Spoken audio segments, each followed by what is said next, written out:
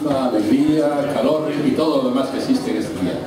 Donde juntos estamos para dar gracias por cosas que se realizan, por unirnos siempre al amor de los demás y por ofrecer en este instante nuestro cariño a los que lo necesitan.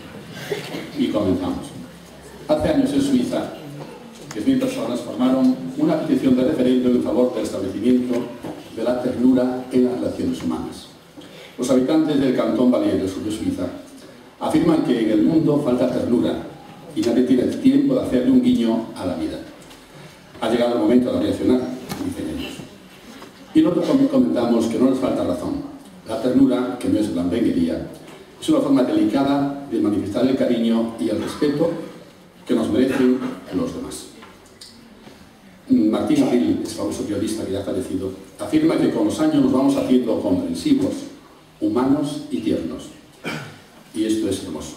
La ternura no es sensiblería, sino es la elegancia de la humildad y la aristocracia del espíritu. Así lo definen algunos autores.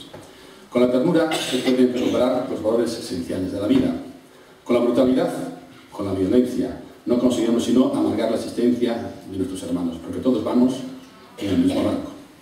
Hoy desde aquí apostamos por la realidad de un hecho ya histórico para Guarda, el lugar de las Samaritanas, en donde se da, se ofrece, se palpa la entrega de la ternura, del amor, de la generosidad, del cariño y del mimo muy humanizado, de ese saber rescatarlo de lo que no es o fue amor para redimirlo.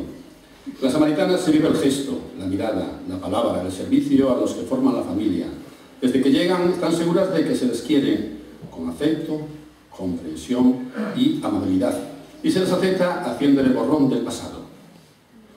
Ante esto, José Luis Martínez Calzo, en su libro Razones para la Esperanza, dice que deberíamos tener para Dios un corazón de hijos, para con los hombres un corazón de madre, y para con nosotros mismos un corazón de juez. Que un solo corazón se encuentre en estas tres dimensiones dignifica a la persona y enriquece el ambiente en que estamos. Saber querer, dándose y olvidándose de lo que se ofrece, es la mejor aureola del ser humano. Concepción Renal afirma que el amor vive más de lo que da que de lo que recibe. Podríamos poner como definición sobre la puerta de la casa de las Samaritanas la siguiente frase: la medida del amor es amar sin medida. Y podemos verlo si acudimos allí. La puerta está abierta para los que desean y quieran conocerlas. Sin conversación, solo con la intuición y la mirada, nos daremos cuenta de la diferencia y divergencia del amor y del desamor humano, a donde podemos llegar cuando se nos cierran las entrañas y nos embuscamos con aquellos a quienes en justicia les debemos cariño y ternura. Y también que algún día uno de nosotros puede ser protagonista de un caso así.